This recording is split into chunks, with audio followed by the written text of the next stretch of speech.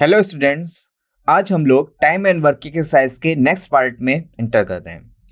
अभी तक हम लोगों ने प्रीवियसली टाइम एंड वर्क के कॉन्सेप्ट देख लिए हैं। टाइम एंड वर्क की एक्सरसाइज के हम लोगों ने बेसिक क्वेश्चंस देख लिए हैं, कंडीशनल क्वेश्चंस देख लिए हैं। तो हम लोग चलते हैं इसके नेक्स्ट पैटर्न पे। नेक्स्ट पैटर्न हमारा रहेगा इफिशियंसी बेस्ड। ठीक है, तो हम लोग स्टार्ट करते हैं आज की प्रॉब्लम्स। तो टाइम एंड वर्क की एक्सरसाइज के नेक्स्ट पार्ट में ये हमारी एक्सरसाइज का पार्ट 3 है। तो हम लोग स्टार्ट करते हैं आज की प्रॉब्लम्स। आज की फर्स्ट प्रॉब्लम इफिशियंसी बेस्ड है और प्रॉब्लम क्या कह रही है हम उस पर बात करते हैं। A work twice as fast as B, ये हमें दे रखी है इफिशियंसी। ए की इफिशियंसी बी की ट्वाइस है, मींस दोगुनी है। हमें पता है इफिशियंसी को ही हम लोग क्या बोलते हैं, वन डे वर्क। इफिशियंसी को ही हम लोग बोलते हैं one day work. A work twice as fast as B, A की इफिशियंसी बी की ट्वाइस है। जो हम लोग ने बेसिक एलसीएम मेथड पढ़ा था उसमें हमने क्या पढ़ा था, इस साइड हम लोग लिखते थे टाइम। यहाँ पे ए का टाइम होगा, बी का टाइम होगा, यहाँ पे ए प्लस बी का टाइम आएगा। जो एलसीएम आता था वो हमारा क्या आता था, टोटल वर्क की वैल्यू। और इस साइड हम लोग क्या लिखते थे, वन डे वर्क। हमें पता है वन डे वर्क को ही हम लोग इफिशियंसी बोलते हैं। वन डे वर्क बोले या फिर इफिशियंसी बोले, सेम पैटर्न है, सेम रिप्रेजेंटेशन है। ठीक है, तो अब जैसे क्वेश्चन की फर्स्ट लाइन क्या है, हम लाइन वाइज लाइन पढ़ते जाएंगे और जो कह रहा है वो हम अप्लाई करते जाएंगे। पहला क्या कह रहा है, ए की इफिशियंसी बी की दोगुनी। अगर हम बी की इफिशियंसी 1 ले रहे हैं तो ए की इफिशियंसी क्या हो जाएगी, 2 हो जाएगी। ठीक है, अब देखें हमें वेरिएबल लेने की कोई जरूरत नहीं है। वेरिएबल इन द सेंस जैसे हम यहाँ पे x ले रहे हैं, ये 2x ले रहे हैं, तो हमें वेरिएबल लेने की कोई जरूरत नहीं है। वेरिएबल से अच्छा हम वैल्यूज लेके सॉल्व करें, क्योंकि वैल्यूज लेके क्वेश्चन सॉल्व करना हमेशा इजी भी रहता है और थोड़ा शॉर्ट भी रहता है। ठीक है, वेरिएबल्स में कैलकुलेशन भी थोड़ी लेंदी होती है और लेंदी हमें कैलकुलेटिव भी दिखती है। ठीक है, तो उसके अच्छा हम वैल्यूज लेके सॉल्व करेंगे और ऐसी वैल्यूज लेंगे जिससे कैलकुलेशन हमें हल्की लगे। ठीक है, तो हमने बी की इफिशियंसी ले ली 1, ए की इफिशियंसी ले ली 2। अब आ जाते हैं अपनी लोकल लैंग्वेज में। इफिशियंसी को ही हम लोग बोलते हैं वन डे वर्क। ए का वन डे वर्क 2, बी का वन डे वर्क 1, तो ए प्लस बी का वन डे वर्क क्या हो जाएगा, 3 हो जाएगा। ठीक है, आगे क्वेश्चन क्या कह रहा है, if both of them can together finish a piece of work in 12 days, जब दोनों साथ काम करते हैं तो 12 दिन में काम को कंप्लीट करते हैं। Then how many days B alone can do it, तो बी अकेले उस काम को कितने टाइम में कंप्लीट करेगा वो हमें बताना है। तो हम लोग ने एलसीएम मेथड में एक फॉर्मूला पढ़ा था। फॉर्मूला क्या पढ़ा था, वन डे वर्क, और वन डे वर्क के ब्रैकेट में क्या लिखा था, efficiency. Means one day work को ही हम लोग इफिशियंसी भी बोलते हैं। Into time is equal to total work,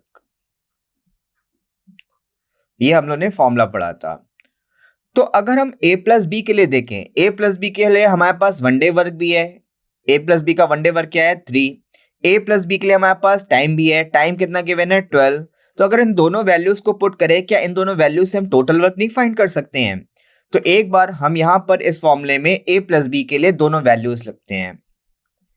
a plus B का वन डे वर्क है 3, ए प्लस बी के लिए टाइम क्या गिवन है, 12। तो यहां से आ जाएगी टोटल वर्क की वैल्यू। तो टोटल वर्क क्या आ गया, 36, और यहां पे हमारा आता है टोटल वर्क, तो ये हमारे पास आ गया 36। हमसे पूछा क्या जा रहा है, then how many days B alone can do it, तो बी अकेले उस काम को कितने टाइम में कंप्लीट करेगा वो हमें बताना है। अब हमें बी के लिए टाइम फाइंड करना है। हमने क्या बोला था, अगर हमें राइट साइड की वैल्यू फाइंड करनी है तो टोटल के अपॉन में हम लोग लेफ्ट साइड की वैल्यू करते हैं, और अगर हमें लेफ्ट साइड की वैल्यू गिवन है, अगर हमें राइट साइड की वैल्यू फाइंड करनी है तो हम लोग टोटल के अपॉन में लेफ्ट करेंगे, और इधर की गिवन है तो टोटल के अपॉन में वन डे वर्क कर देंगे। ठीक है, तो अब हमें टाइम फाइंड करना है बी के लिए। तो कैसे फाइंड करेंगे, total work upon one day work. तो टोटल वर्क है 36, वन डे वर्क है बी के लिए 1, तो कितना टाइम आ जाएगा, 36 डेज। तो बी अकेले उस काम को 36 डेज में कंप्लीट करेगा। अगर इसी क्वेश्चन में हमसे ए के लिए टाइम पूछा था तो हम कैसे फाइंड करते, टोटल के अपॉन में ए का वन डे वर्क कर देते। तो टोटल वर्क 36, ए का वन डे वर्क क्या है 2, तो ए के लिए टाइम क्या आता, 18 डेज। तो हमें यहाँ पे फाइंड करना था बी अकेले उस काम को कितने टाइम में कंप्लीट करेगा, तो बी अकेले उस काम को 36 दिन में कंप्लीट कर रहा है, मींस ऑप्शन डी हमारा करेक्ट आंसर है। कितना टाइम आ रहा है? 36 डेज, इसलिए ऑप्शन डी हमारा करेक्ट है। अब हम लोग चलते हैं अपनी नेक्स्ट प्रॉब्लम की ओर। यहां पर इसका डिटेल सॉल्यूशन दे रखा है।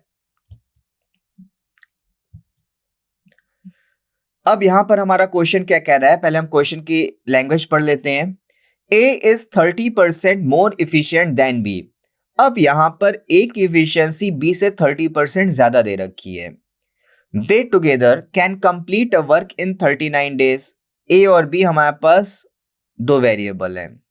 क्वेश्चन कह रहा है जब दोनों साथ काम करते हैं तो 39 डेज में काम को कंप्लीट करते हैं। इस साइड हम क्या लेते हैं? टाइम। ये हमारा टाइम गिवन है। A प्लस B का टाइम क्या गिवन है? 39 days.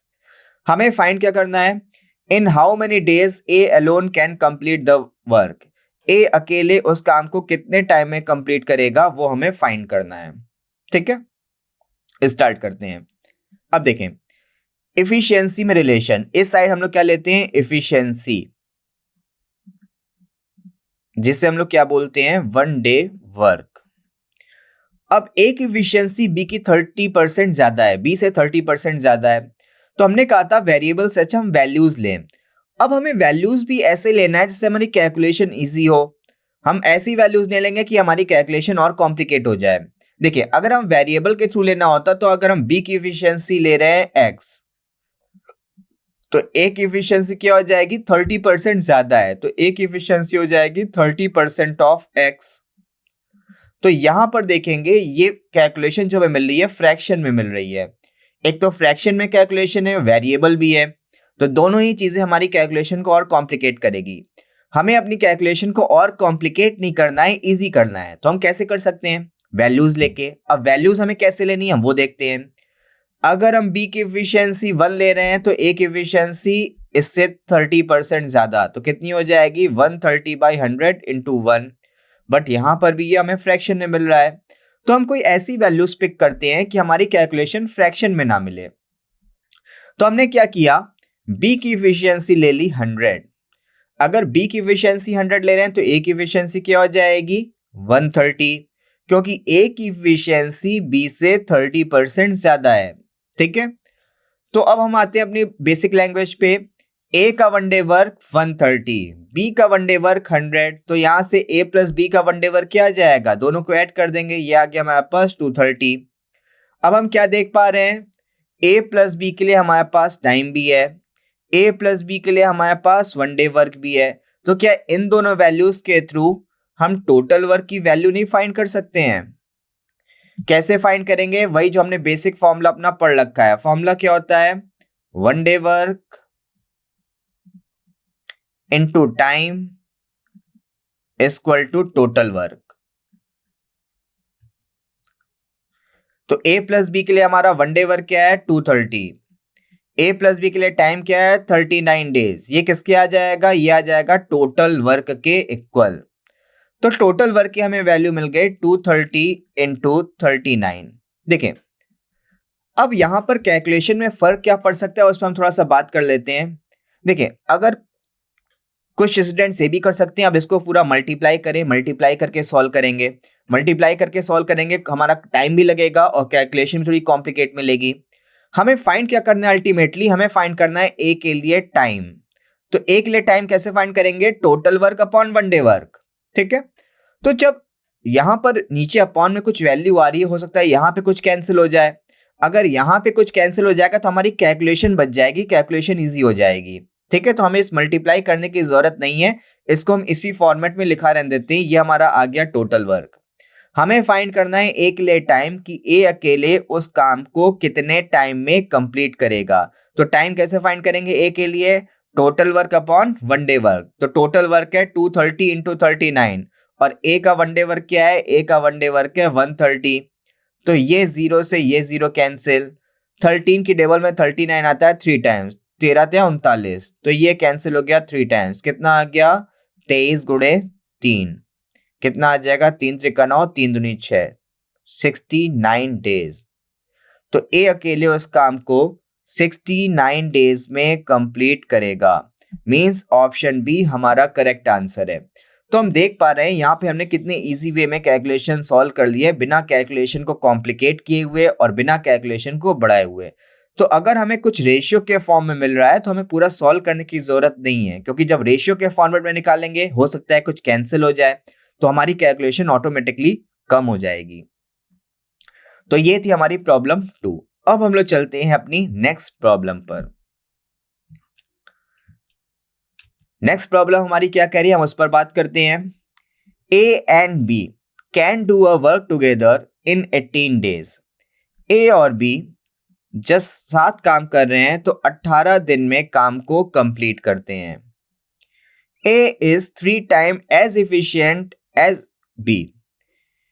A is 3 time as efficient as B.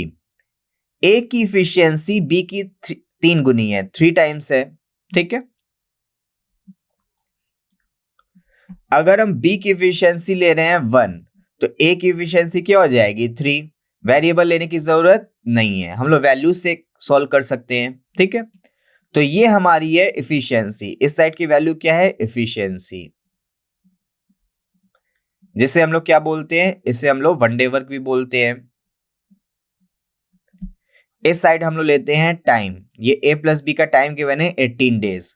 Means जब ए और बी साथ काम कर रहे हैं तो 18 दिन में काम को कंप्लीट कर रहे हैं। और इस साइड जो एलसीएम लेके आता था वो हमारा क्या आता था, टोटल वर्क की वैल्यू। तो अब हम आ जाते हैं अपनी बेसिक लैंग्वेज में। ए का वन डे वर्क है 3, बी का वन डे वर्क है 1। तो यहां से हम ए प्लस बी का वन डे वर्क फाइंड कर सकते हैं। तो ए प्लस बी का वन डे वर्क क्या हो जाएगा, 3 + 1 4। अब देखें, हमारे पास ए प्लस बी का वन डे वर्क है, हमारे पास ए प्लस बी का टाइम है। क्या इन दोनों वैल्यू से हम टोटल वर्क की वैल्यू फाइंड कर सकते हैं? जी हाँ, बिल्कुल कर सकते हैं। कैसे करेंगे? हमने कॉन्सेप्ट पढ़ रखा है वन डे वर्क, जिसे हम लोग एफिशिएंसी बोलते हैं। वन डे वर्क की मीनिंग एक दिन में किया गया काम। अगर वन डे वर्क को हम टाइम से मल्टीप्लाई करते हैं तो हमें टोटल वर्क की वैल्यू मिलती है। तो a प्लस बी के लिए वन डे वर्क की वैल्यू क्या है, 4। a प्लस बी के लिए टाइम क्या है, 18। ये क्या मिलेगा, टोटल वर्क, ठीक। अब ये कैलकुलेशन 18 × 4 72 होता है। 18 का पार्ट अगर हमें याद है हम इजिली 72 लिख सकते हैं। लेकिन अगर हमें नहीं भी याद है तो भी हमें इसे सॉल्व करने की जरूरत नहीं है, करना चाहे तो भी बेटर है। यहाँ पे कैलकुलेशन बहुत ज्यादा लेंथी नहीं है, बट अगर हम डायरेक्टली लिख देंगे तो भी हमारे क्वेश्चन में दिक्कत नहीं होगी, इजी वे में ही सॉल्व हो जाएगा, ठीक है। तो ये आ गया टोटल वर्क की वैल्यू। अब देखिए हमें फाइंड क्या करना है, हमें फाइंड करना है in how many days can B alone complete the work. B अकेले उस काम को कितने टाइम में कंप्लीट करेगा वो हमें बताना है। मींस हमें बी के लिए टाइम फाइंड करना है। तो हम टाइम कैसे फाइंड कर सकते हैं, इसी सेम फॉर्मूले से हमारा टाइम भी फाइंड हो जाएगा। टाइम कैसे फाइंड करेंगे, total work upon one day work, one day work. या फिर हमने कॉन्सेप्ट क्या बताया था, हमें राइट साइड की वैल्यू अभी निकालनी है। तो हम कैसे फाइंड करेंगे, टोटल वर्क के अपॉन में लेफ्ट साइड की वैल्यू कर देंगे। हमें हमेशा टोटल के अपॉन में करना है। अगर हम इधर की वैल्यू निकालना है तो टोटल के अपॉन में वन डे वर्क करेंगे, और अगर हम इधर की वैल्यू निकालना है तो टोटल के अपॉन में टाइम करेंगे। हमें हमेशा टोटल के अपॉन में करना है। तो हमें बी के लिए टाइम फाइंड करना कैसे करेंगे, total work upon one day work. One day work कितना है बी का, 1। तो 1 डिनोमिनेटर में कोई मीनिंग नहीं है, उतना ही रहेगा। तो कितना आ जाएगा, 18 × 4 = 72। तो बी अकेले उस काम को 72 दिन में कंप्लीट करेगा। हमें बी का फाइंड करना, तो ऑप्शन बी हमारा करेक्ट आंसर है। अगर इसी क्वेश्चन में हमसे ए के लिए टाइम पूछ लिया जाता तो कैसे फाइंड करते, ए के लिए टाइम अगर हमें बताना रहता तो टोटल वर्क के अपॉन में ए का वन डे वर्क कर देते। टोटल वर्क कितना है, 4 × 18। ए का वन डे वर्क क्या है, 3। 3 × 6 = 18। तो ए के लिए टाइम कितना आ जाता, 24 दिन। तो हम देख पा रहे हैं इजी वे में हमारा क्वेश्चन सॉल्व हो रहा है, ठीक है। तो अब हम लोग चलते हैं अपनी नेक्स्ट प्रॉब्लम की ओर। हमारी नेक्स्ट प्रॉब्लम क्या कह रही है, एक बार हम उस पर बात करते हैं। A and B together can complete a piece of work in 15 days. A और बी जब साथ काम कर रहे हैं तो 15 दिन में काम कंप्लीट कर रहे हैं। ए और बी 15 दिन में काम कंप्लीट कर रहे हैं। B and C together can do it in 24 days. जब बी और सी साथ काम कर रहे हैं तो 24 दिन में काम कंप्लीट कर रहे हैं। A is twice as good workman as C. A की इफिशियंसी सी की दोगुनी दे रखी है। मींस अगर हम सी की इफिशियंसी 1 लेंगे तो ए की इफिशियंसी क्या हो जाएगी, 2 टाइम्स हो जाएगी। ए की इफिशियंसी बी की दोगुनी है। तो अगर हमें इक्वेशन बैलेंस करना है तो ऑब्वियसली हम 2 में सी में 2 का मल्टीप्लाई करेंगे। अगर हम ए की वैल्यू 2 ले रहे हैं तो सी की वैल्यू 1, तो 2 इंटू 1 2 आ जाएगा। ठीक है, तो ये हमें रिलेशन गिवन है कि ए की इफिशियंसी सी की दोगुनी है, तो ए इक्वल टू 2c एक रिलेशन हमें गिवन है। Then in how many days can B alone to complete the work. तो बी अकेले उस काम को कितने टाइम में कंप्लीट करेगा वो हमें बताना है। अब यहां पर हमारे पास बेसिक दो इक्वेशंस हैं, a प्लस बी के लिए गिवन है और b प्लस सी के लिए गिवन है। ठीक है, तो हम लोगों ने कॉन्सेप्ट क्या पढ़ा था, राइट साइड में जितनी वैल्यूज है, ये हमें क्या गिवन है, ये हमें गिवन है टाइम। राइट साइड में जितनी वैल्यूज गिवन होती है उसका हम लोग लेते हैं एलसीएम। एलसीएम होता है टोटल वर्क की वैल्यू। तो सबसे पहले हम लोग 15 और 24 का लेंगे एलसीएम। एलसीएम होगा टोटल वर्क की वैल्यू। अब हमने एलसीएम भी दो मेथड से फाइंड करना सीख रखा है। एक तो हम बड़े नंबर की टेबल के अकॉर्डिंग कर सकते हैं, तो 15 और 24 से बड़ा नंबर क्या है, 24। अगर हम 24 की टेबल स्टार्ट करें, सबसे पहले आएगा 24। अब देखिए क्या 15 24 को डिवाइड करेगा, अभी तो डिवाइड करेगा नहीं, तो हम आगे बढ़ते हैं। 24 दूनी 48, अभी 15 डिवाइड नहीं कर रहा है और आगे बढ़े। 24 यहाँ 72, अभी 15 डिवाइड नहीं कर रहा है। 24 चक्को 96, अभी 15 डिवाइड नहीं कर रहा है। 24 पंजे 120, अब 15 डिवाइड कर जाएगा, तो एलसीएम क्या आ जाएगा इनका 120। और जो एलसीएम होता है वो हमारा क्या होता है, टोटल वर्क की वैल्यू। तो हमने टोटल वर्क कितना निकाल लिया, 120 यूनिट। ठीक है, या फिर हम लोग फैक्टर्स के थ्रू भी फाइंड कर सकते थे। 15 को क्या लिख सकते हैं, 3 इंटू 5। 24 को क्या लिख सकते हैं, 8 इंटू 3, और 8 होता है 2 की पावर 3। ठीक है, तो एलसीएम क्या आ जाएगा, हम लोग सारे प्राइम फैक्टर्स की मैक्सिमम पावर लेते हैं। तो 2 की मैक्सिमम पावर 3, 3 की मैक्सिमम पावर 1, 5 की मैक्सिमम पावर 1। ठीक, तो 2 की पावर 3 हो गया 8 और 5 इंटू 3 हो गया 15। तो 15 इंटू 8 कितना हो जाएगा, 120। तो दोनों ही तरीके से हम एलसीएम फाइंड कर सकते हैं, बट अगर हमें टेबल से याद है तो हम काफी जल्दी और शॉर्ट वे में एलसीएम फाइंड कर सकते हैं। ठीक है, तो हमने एलसीएम लेके टोटल वर्क फाइंड कर लिया। अब हम लोग फाइंड करेंगे वन डे वर्क की वैल्यू। तो यहां से a प्लस बी का वन डे वर्क मिल जाएगा। हमें लेफ्ट साइड की वैल्यू चाहिए, अब तो टोटल के अपॉन में राइट साइड की वैल्यू कर देंगे। तो a प्लस बी का वन डे वर्क 120 बटे 15 कितना आ जाएगा, 15 अट्ठे 120। b प्लस सी का वन डे वर्क 120 बटे 24 कितना आ जाएगा, 5, 24 पंजे 120। ठीक है, तो ये वैल्यूज आ गई। तो हमारे पास a प्लस बी का one day work 8, b plus C का वन डे वर्क आ गया 5। ठीक, अब हमें एक रिलेशन गिवन है। रिलेशन क्या गिवन है, a की इफिशियंसी c की दोगुनी है। ठीक है, तो हम देखें क्या हम इन दोनों वैल्यूज से कुछ रिलेशन फाइंड कर सकते हैं। देखें, a की जगह हम 2c पुट कर देते हैं, तो b प्लस 2c इनका वन डे वर्क क्या हो जाएगा, 8। हमने क्या किया है, a की जगह 2c पुट किया है। और b प्लस सी का वन डे वर्क क्या है, b प्लस सी का वन डे वर्क है 5। दोनों इक्वेशन को हमने सब्सट्रैक्ट कर दिया, घटा दिया, तो दोनों को घटाएंगे तो b से b cancel, 2c minus c होगा c, 8 माइनस 5 आ गया 3। तो c की इफिशियंसी आ गई 3। अगर c की इफिशियंसी 3 आ रही है तो c की वैल्यू यहां पुट कर देंगे तो b की इफिशियंसी आ जाएगी। तो b का वन डे वर्क 5 माइनस 3 क्या हो जाएगा, b का वन डे वर्क आ गया 2। और a की इफिशियंसी या a का वन डे वर्क कैसे फाइंड करेंगे, ये 2c है तो c की वैल्यू 3, तो a का वन डे वर्क आ जाएगा 6। अब हमारे पास a का ही वन डे वर्क आ गया, b का ही वन डे वर्क आ गया, c का भी वन डे वर्क आ गया। तो अब हमसे किसी का भी टाइम पूछा जाए हम इजिली फाइंड कर सकते हैं। हमें कुछ भी फाइंड करना हो टाइम एंड वर्क में, हमें फोकस करना रहेगा वन डे वर्क में इफिशियंसी में, क्योंकि अगर हमारे पास इफिशियंसी है तो उसके लिए हम किसी का भी टाइम फाइंड कर सकते हैं इजी वे में। तो अब हमने देखिए हमसे क्वेश्चन में क्या पूछा जा रहा है, then in how many days B alone to complete the work. कितने टाइम में बी अकेले उस काम को कंप्लीट करेगा। हमसे बी का पूछा जा रहा है, बी कितना टाइम लेगा। तो अब हमें राइट साइड की वैल्यू चाहिए, तो कैसे फाइंड करेंगे, टोटल वर्क गिवन है 120, बी का वनडे वर्क आ गया है हमारे पास 2। बी के लिए फाइंड करना है टाइम, तो कैसे फाइंड करेंगे, टोटल के अपॉन में लेफ्ट साइड की वैल्यू कर देंगे, तो 120/2 कितना आ जाएगा 60 डेज। तो बी अकेले उस काम को 60 दिन में कंप्लीट करेगा, मींस ऑप्शन बी हमारा करेक्ट आंसर है। बी कितना टाइम ले रहा है 60 डेज। चलते हैं हम लोग अपनी नेक्स्ट प्रॉब्लम की ओर। हमारी नेक्स्ट प्रॉब्लम क्या कह रही है, A can do as much work as B and C together can do. A की इफिशियंसी, ए उतना ही काम कर रहा है जितना बी और सी साथ काम कर रहे हैं, तो ये हमें रिलेशन गिवन है। ए उतना ही काम कर रहा है जितना बी और सी साथ में कर रहे हैं, मींस ए की इफिशियंसी बी और सी की इफिशियंसी के बराबर है।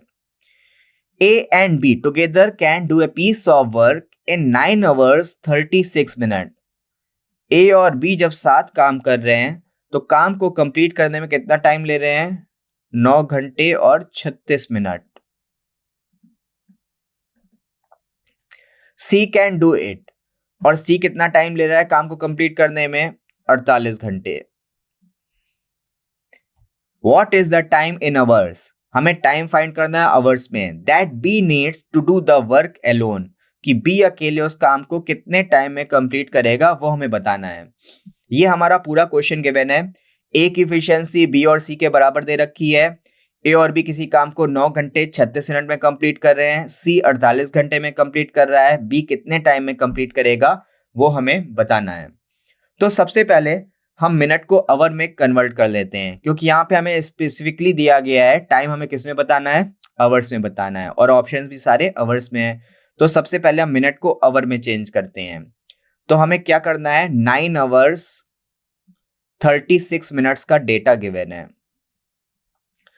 तो मिनट को आवर में चेंज करने के लिए 60 से डिवाइड करेंगे, तो ये तो आवर्स है पूरा, तो इसको हम कैसे लिख सकते हैं, 9 hours प्लस 36 मिनट्स। हमने क्या किया, अभी दोनों को अलग अलग करके लिख दिया।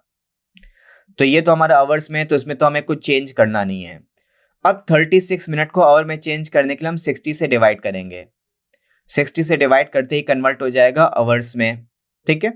36/60, 6 से कैंसिल करेंगे, 6 छंग 36, 6/10 अभी भी सिंप्लीफाई हो जाएगा, किससे कैंसिल होगा, 2 से, 2 3 6 2 5 10, तो ये क्या आ गया 9 + 3/5 आवर्स, तो कितना आ जाएगा 9 × 45 और 3 48, ये आ गया 48/5 आवर्स, ठीक है। तो ये a प्लस बी का हमें डेटा आवर्स में क्या मिल गया, 48/5 आवर्स। बी हम सी कितना टाइम दे रखा है, सी का टाइम दे रखा है 48 आवर्स। तो सबसे पहले हमारे पास जो भी वैल्यूज होती है उनका हम लेते हैं एलसीएम। एलसीएम होता है टोटल वर्क की वैल्यू। तो हमारे पास दो वैल्यूज गिवन है, तो हम इनका लेंगे एलसीएम। एलसीएम होगा टोटल वर्क की वैल्यू। अब ये देखें, एक हमें फ्रैक्शन मिल रहा है, ठीक है, तो बेसिकली हमें फ्रैक्शन का एलसीएम फाइंड करना है, एलसीएम ऑफ फ्रैक्शन। तो फ्रैक्शन का एलसीएम कैसे फाइंड करेंगे, fraction means numerator upon denominator का फॉर्मेट, मींस अंश बटे हर, ठीक है। तो अगर हमें फ्रैक्शन का एलसीएम फाइंड करना है तो हम न्यूमरेटर का एलसीएम फाइंड करेंगे, LCM of numerator upon HCF of denominator, ठीक है। तो न्यूमरेटर में क्या क्या है, 48/5 के न्यूमरेटर में है 48, इसके भी न्यूमरेटर में है 48, तो 48 और 48 का एलसीएम तो 48 ही रहेगा, अपॉन एचसीएफ ऑफ डिनोमिनेटर, इसके डिनोमिनेटर में है 5, इसके डिनोमिनेटर में है 1, 1 और 5 का एचसीएफ क्या रहेगा, 1 रहेगा, तो एलसीएम क्या आ जाएगा 48/1 मींस 48 रहेगा। तो इन दोनों नंबर का एलसीएम क्या आ गया 48। अब हम लोग फाइंड करते हैं वनडे वर्क। तो a प्लस बी का वनडे वर्क कितना आ जाएगा, टोटल के अपॉन में राइट साइड की वैल्यू, तो 48 अपॉन 48/5, 5 ऊपर चला जाएगा, तो a प्लस बी का वनडे वर्क आ गया 5। c का वनडे वर्क 48/48, c का वनडे वर्क आ गया 1, ठीक है। तो यहां से अगर हम इन दोनों वैल्यूज को ऐड कर रहे हैं, अगर हम इन दोनों वैल्यूज को ऐड कर रहे हैं तो a plus B plus C का वनडे वर्क क्या आ जाएगा, 5 और 1 6, ये हमारे पास आ गया a plus B plus C का वनडे वर्क, ठीक। अब हमें क्या फाइंड करना है कि बी काम को कितने टाइम में कंप्लीट करेगा। तो बेसिकली हमें बी का वन डे वर्क चाहिए। अगर हम बी का वन डे वर्क फाइंड कर लेंगे तो हमने क्वेश्चन को इजीली सॉल्व कर सकते हैं। तो हमें बी के वन डे वर्क में फोकस करना है। तो a प्लस बी का वन डे वर्क क्या है? a प्लस बी का वन डे वर्क है 5। तो a प्लस बी की वैल्यू यहां पुट करेंगे, c का वन डे वर्क आ जाएगा। तो c का वन डे वर्क क्या मिल गया? 1। 6 माइनस 5 1 हो जाएगा। तो c का वन डे वर्क 1 जो कि यहां गिवन है। ठीक है, अब देखें, एक हमें इक्वेशन गिवन है। इक्वेशन क्या गिवन है? a माइनस बी को इस साइड ला रहे हैं, ये c के इक्वल है और c के वन डे वर्क क्या आ गया? 1। और यहां से a प्लस बी का वन डे वर्क हमें क्या गिवन है? a प्लस बी का वन डे वर्क गिवन है 5। तो दो इक्वेशंस मिल गई। इससे हम a का ही वन डे वर्क फाइंड कर सकते हैं, b का ही वन डे वर्क फाइंड कर सकते हैं। तो दोनों इक्वेशन को ऐड कर रहे हैं तो 2b इक्वल टू 6। तो यहां से b की वैल्यू b कैंसिल हो जाएगा, 2a इक्वल टू 6। तो a की वैल्यू आ जाएगी 3।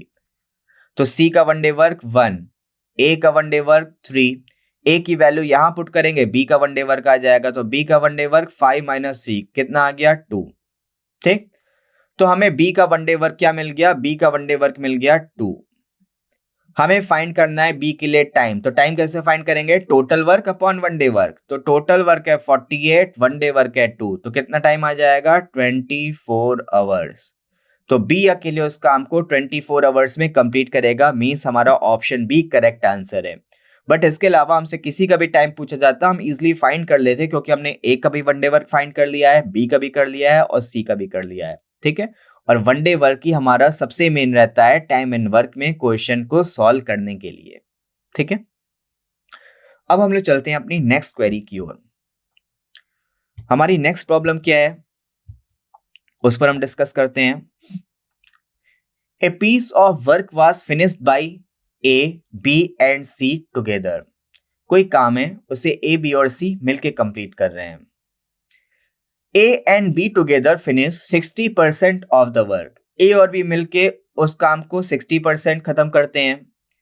B and C together finish 70% of the work. B और C मिलकर उस काम का 70% खत्म करते हैं। Who among the three is most efficient? उन तीनों में सबसे ज्यादा एफिशिएंट कौन है वो हमें बताना है। ठीक है, अब जैसे हमारे पास यहाँ पे इतना ही डेटा गिवन है, टोटल वर्क भी नहीं गिवन है, तो टोटल वर्क को हम ले लेते हैं 100, क्योंकि देखें ये हमें परसेंटेज के फॉर्म में गिवन है और परसेंटेज मींस पर 100 value, percentage cent means centenary की मींस 100। तो परसेंटेज को बेसिकली हम लोग 100 में इसीलिए करते हैं तो उसका बेस हमेशा 100 रहता है। तो यहाँ पे टोटल वर्क गिवन है इसलिए हम लोग क्या ले लेते हैं? 100। ठीक है, तो हमने टोटल वर्क ले लिया 100। 100 के अलावा कोई वैल्यूज लेंगे क्वेश्चन हमारा उससे भी सॉल्व हो जाएगा। बट 100 किस लिए ले रहे हैं? क्योंकि हमारे क्वेश्चन में कैलकुलेशन इजी रहे। ठीक है, तो हमने टोटल वर्क ले लिया 100। अब क्वेश्चन क्या कह रहा है? ए और बी जब साथ काम कर रहे हैं तो 60% काम कंप्लीट करते हैं। तो 100 का 60% कितना हो जाएगा? 60 हो जाएगा। तो ए और बी मिलके 60 यूनिट काम कंप्लीट कर रहे हैं। टोटल वर्क हमने क्या ले लिया है? 100 यूनिट। ए और बी मिलके 60 यूनिट काम कंप्लीट कर रहे हैं। ठीक, बी और सी मिलके दोनों, जब बी और सी साथ काम कर रहे हैं, देखें टोटल वर्क मींस 3 लोग हैं, ए और बी और सी, मींस तीनों को मिलके टोटल 100 यूनिट काम करना है। ठीक, ए और बी मिलके 60 यूनिट कर रहे हैं, ए और बी मिलके 60 यूनिट। तो यहां से सी की वैल्यू क्या आ जाएगी? सी की वैल्यू आ गई 40। सी 40 यूनिट काम कर रहा है। अब सेकेंड इक्वेशन क्या कह रहा है? B and C together finish 70% of the work. B और C मिलके 70% काम कर रहे हैं।